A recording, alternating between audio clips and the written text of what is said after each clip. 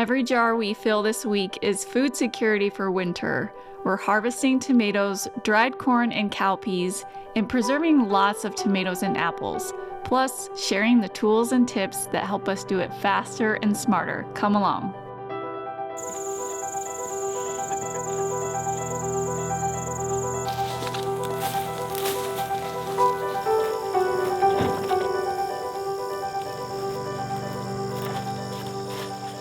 We have a very busy week ahead. This is probably our last big week of harvesting, with the exception of we'll probably do one more harvest like right before we get a frost, but this is going to be like the majority of what we bring in and preserve for the rest of the year. We got a whole bunch of tomatoes in the tunnel here that we're going to do first. Then we have dent corn that we're going to do and probably sort that into what goes to the animals and then what we use for like cornmeal. And then we have some cowpeas that are ready, so we're going to do the first harvest of that. So we'll have another one of those. But yeah, we got a lot of work to do. Let's get going. This doesn't crush them as much as like the deeper buckets. I'm fine as long as I don't get attacked by a spider.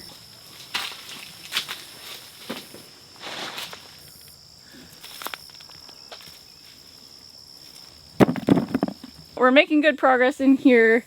The only issue is there is a very large spider that's doing a great job getting lots of bugs, but I am not a fan of spiders, so I'm having to like work around this spider, and I don't want to forget that it's there and then end up with it on top of me or somewhere because it's huge.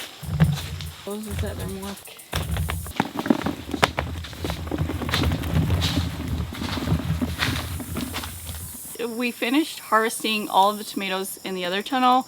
Those were mostly Roma and then the Midnight Roma tomatoes. We will definitely grow the Midnight Roma tomatoes again next year. I had about between 15 and 20 plants in there, and that pretty much produced all of the tomatoes that we used for sauce this year. The regular Romas, they just didn't produce very well. Our ones outside, they got a disease, and we didn't get very many from them either, so looks like we are going to add Midnight Roma to the top of our list for next year. Thank you. You're welcome. So now we're moved into the next tunnel. We've got slicing tomatoes in here and cherry tomatoes, and we're going to harvest all of those.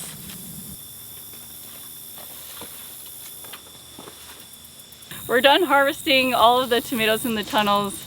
Now it's time for us to harvest the corn. The electric netting, it did really well at keeping out the raccoons. I'm a little bit nervous that we may have some rodent damage in here just because some of the stalks have fallen over and I can see some of the ears are on the ground, so it's just a lot easier for them to get corn if it's on the ground. But at least the raccoons are out and I can still see the majority of the corn is there. That's the important part. I'm going to take down the fence so it's easier to get in here, and we're kind of done with the fence anyways.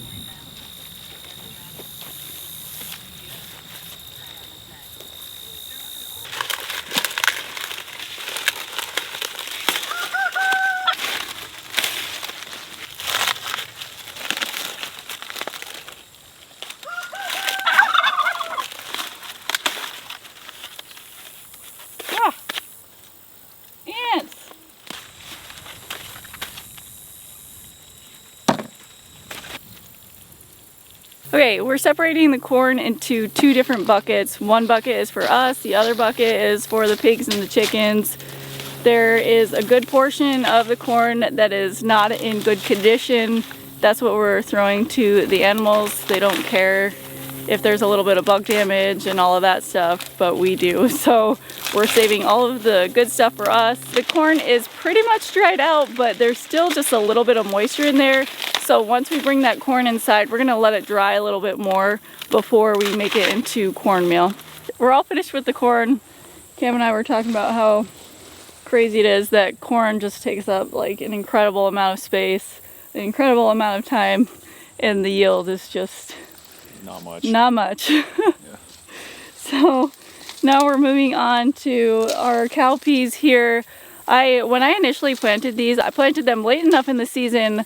I wasn't sure if I was going to actually get a harvest or if they were just going to act as like a cover crop, but they're drying out, so we're harvesting them, and we have not got a frost yet this year, so hopefully we'll be able to get some more after this harvest. These are the seeds I've been saving for 7 years. This is why I was kind of freaking out, because I was like, oh shoot, like I didn't grow any this year. And I didn't want to have like a old one. Yeah. Yeah. That's why you save seeds, because they start to like adapt to your area.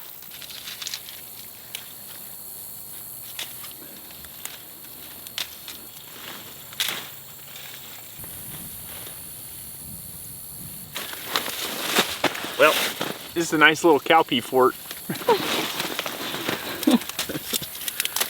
It's fun down here, and it's nice and shaded and cool. Might hide here at night too. Oh, shh. Look, she's eating that.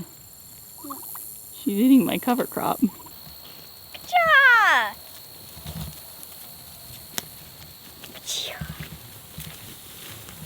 Go, go, go! This year has been one of the worst years that we've had so far. Yeah. With attacks from all different kinds of animals getting into the garden. At this point, it feels like our perimeter fence is only protecting from deer. All of the other things like raccoons and everything else is able to get in. So one of the things that we really wanted to do this year, we are going to do some things to deter the animals, but we also wanted to get a camera so that we could see what's going on out in the garden. So I'm gonna head to the barn to get some wood. I need to make a mobile mount for a security camera that we're gonna put out in the garden. We got this idea from Jason at Sow the Land, and he's brilliant with mobile structures, and we do a lot of that here too. So I'm gonna shamelessly copy his idea because it's awesome. Okay, I think I have some wood that I need. So I have 2 of these uprights. I don't even remember what I used them for. I basically need to replicate this with a 4x4 in the middle instead of a 2x4. So I'm going to disassemble these ones, make them thicker, and then also make it taller, because this one is like 5 feet tall and I need to make it 8 feet. So just for more visibility. We should have this done pretty quick.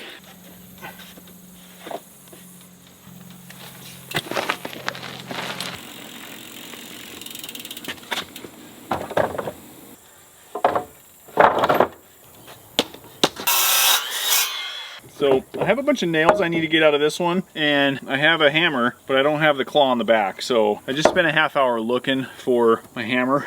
I can't find it. I think one of the kids took it. I'm mad, but I'm happy. Happy because I'm glad the kids use my tools. I'm just mad they never put them back. And that's okay. I will eventually find it. I just found my pry bar, so I'm just gonna use this. See, I don't need a hammer.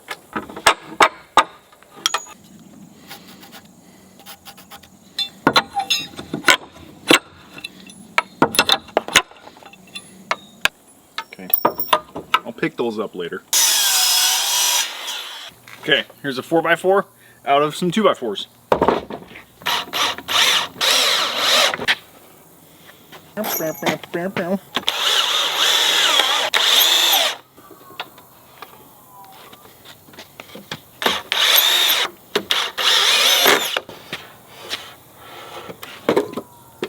Okay.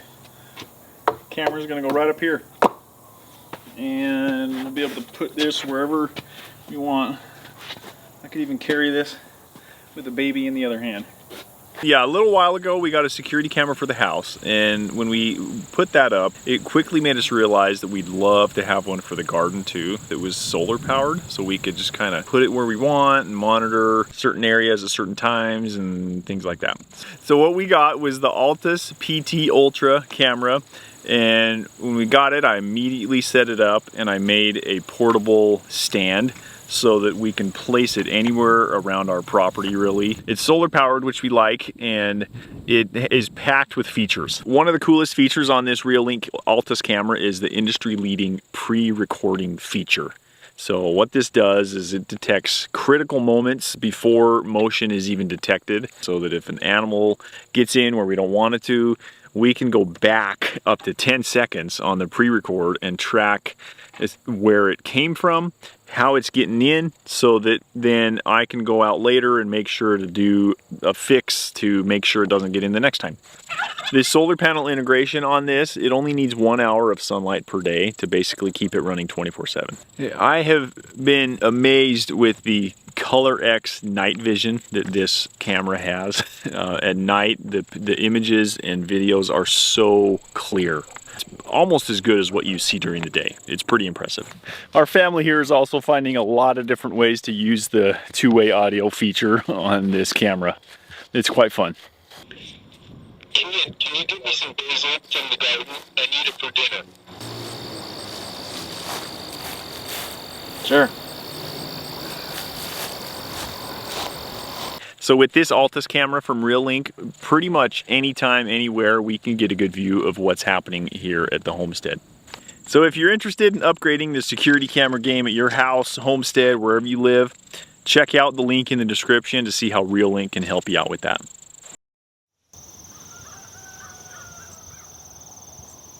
Got my tomatoes all washed and ready to go. You'll notice I have a new tool here today. It is a electric sauce maker. I decided to upgrade and invest in one of these. We made cranberry applesauce a few weeks ago, and it took between Noelle and I maybe an hour and a half to constantly be hand cranking through the sauce maker. And I decided we're at the level now where it was time to invest in something that would take less time. So we've got this very large sauce maker that's supposed to be able to do like a couple 100 pounds of tomatoes an hour. I'm super excited about it, and it can do raw tomatoes, which I was never able to do in my other sauce maker. So now that these tomatoes are all washed and ready to go, I'm gonna start doing this. And I'll probably like start a stopwatch and see how long this takes me.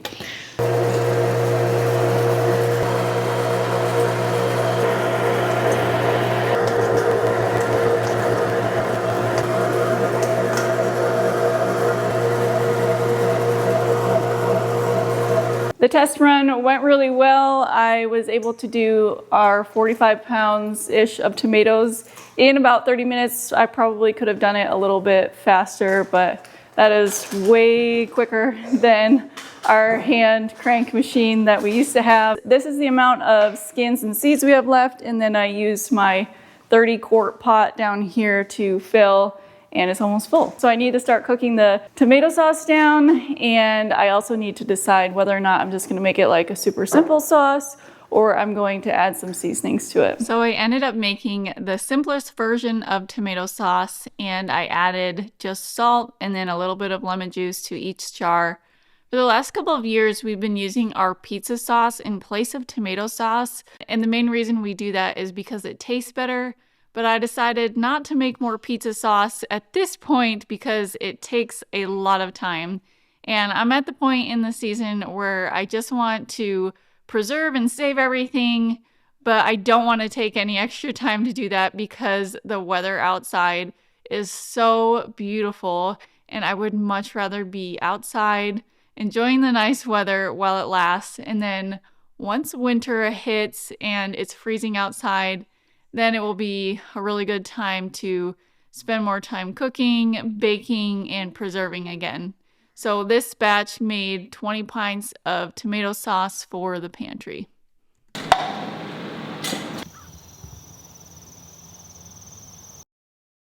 We haven't had rain in about 2-3 weeks, and it's supposed to rain tomorrow. It's not just a light drizzle, it's going to be like a torrential rain, severe thunderstorms, pretty crazy. So we have a lot that we kind of want to get buttoned up out here before that happens.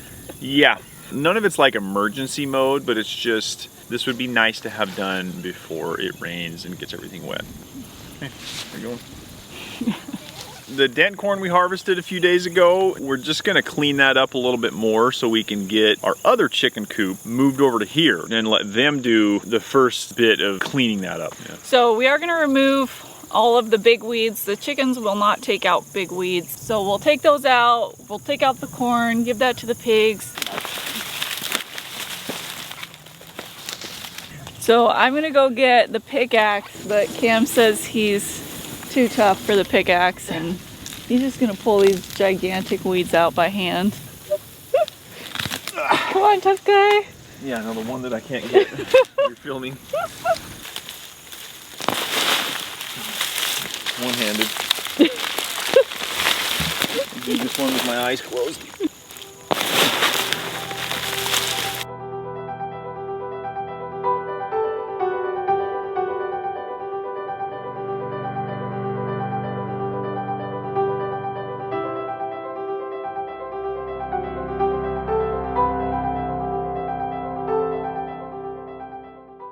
We are finished up with clearing out all the weeds and the corn. We got a nice big pile to take down to the pigs. I'm gonna grab the tractor, scoop this up, take it down to the pigs. We'd normally do it with a wheelbarrow, but this is a huge pile. And instead of 10 trips, I'm just gonna do it in one.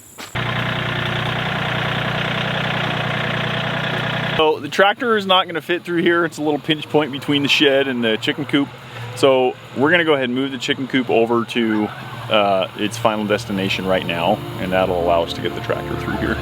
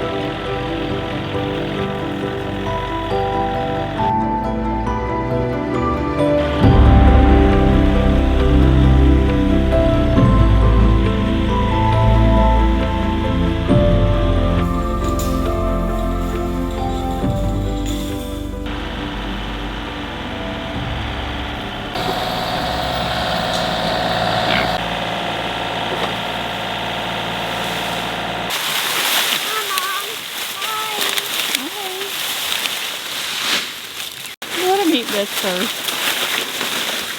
It's what we grew the corn for. Yep. Oh yeah! I keep smiling. Yeah. Oh, good. Ooh.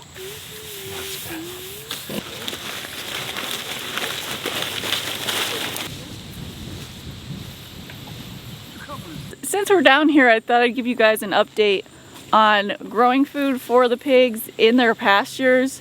We planted some cover crops in their pastures and also some radishes. There are a ton of radishes popping up. There's also a lot of volunteer things in here, like tomatoes. We've got cucumbers, pumpkins, just all kinds of different stuff that's growing.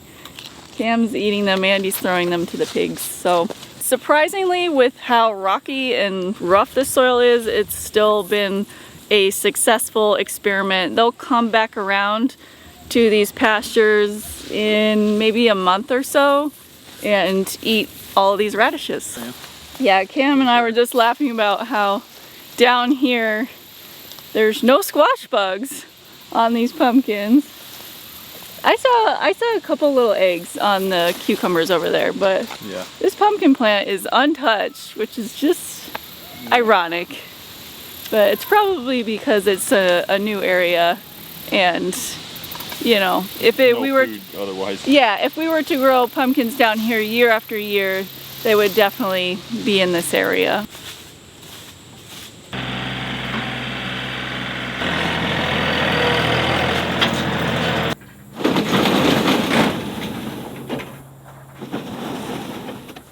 So now that everything is moved out, the tractor is in there, we are gonna put our second electric fence up around this chicken coop and actually join the fences that are there.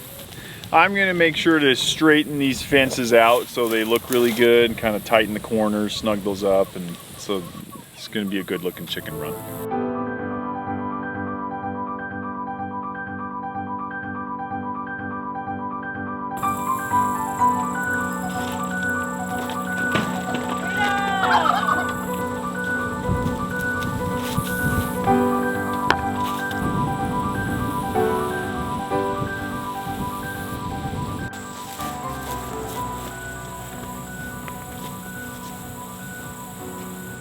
after we finished moving the chickens, I thought we were pretty much prepped for the rain tomorrow, but I did have this realization that I wanted to harvest a lot of the honey patch squash before it rained so that it could stay in good condition. The squash can definitely take some rain and it's usually not an issue, but it's been dry for a couple weeks and I just want to keep it nice and dry.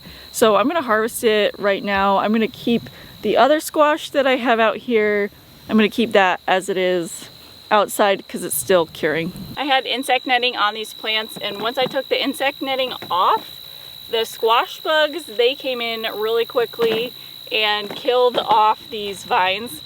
But surprisingly, we still got a pretty good harvest from these.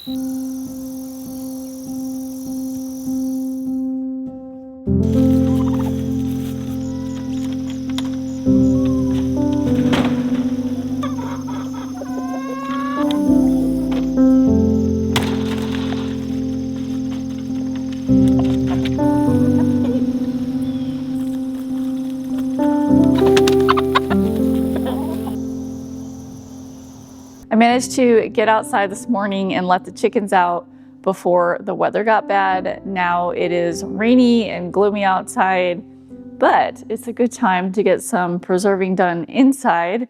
And what I'm going to do today is preserve some of our apples. We still have our refrigerator like half full of apples. And I was planning on freeze drying these apples, but instead I'm going to make some applesauce. I already made our cranberry applesauce, which is what most of us like, but that does have added sugar in it because the cranberries are so tart and I don't want to feed that to our baby and toddler. So I'm going to make some plain applesauce. So I'm going to use the rest of the apples for that, and then I will probably do one more run down to get more apples to do some freeze drying of the apples because that's another favorite snack of ours for the pantry. And after that, our apple preserving should be complete for the year. I've actually been putting off making this applesauce a little bit because I had ordered that sauce maker and it works for tomatoes and apples as well. So I am very excited because that is going to speed up the process of making this applesauce today.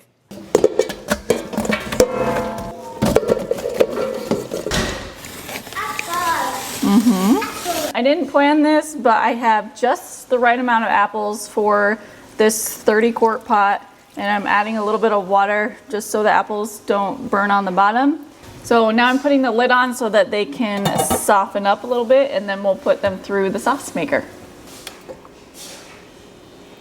The apples are all cooked and soft and ready to be put through the sauce maker. They actually finished a couple hours ago, but I let them cool off a little bit while we made dinner and ate dinner. Now we're all finished, so I can finish this canning up, and next step is to put them through the sauce maker. Below the sauce maker, I have a stock pot there that is ready to catch this applesauce. I think it's going to be more than this 7-quart stock pot. So I have 2 of these, and once this one fills up, I'll just switch them out. And I want to do one batch that has some added cinnamon, and then the other batch will be just plain. And as I mentioned before, neither of them are going to have any added sugar. Because the sauce maker works so well and so quickly, I prepped my canning pots in advance. They have the water in them in jars and everything's hot and ready to go. So as soon as this applesauce is in the pots, we will be ready to can right away. Total running time to get all of the applesauce through was about 10 minutes, which is crazy fast. I feel so spoiled to be able to have that practically commercial machine and just get things done really quickly. Same as the tomato sauce, I'm using the Ball Complete Book of Home Preserving. This is a good book for like the basics. So applesauce is a very basic recipe. And in this book, they call for adding lemon juice. So I am gonna add that. And in one of these pots, I'm gonna add a tablespoon of cinnamon. I don't like to overdo it, so a tablespoon for 7 quarts. Put it in your mouth. Okay. Oh, yum. See, it's good.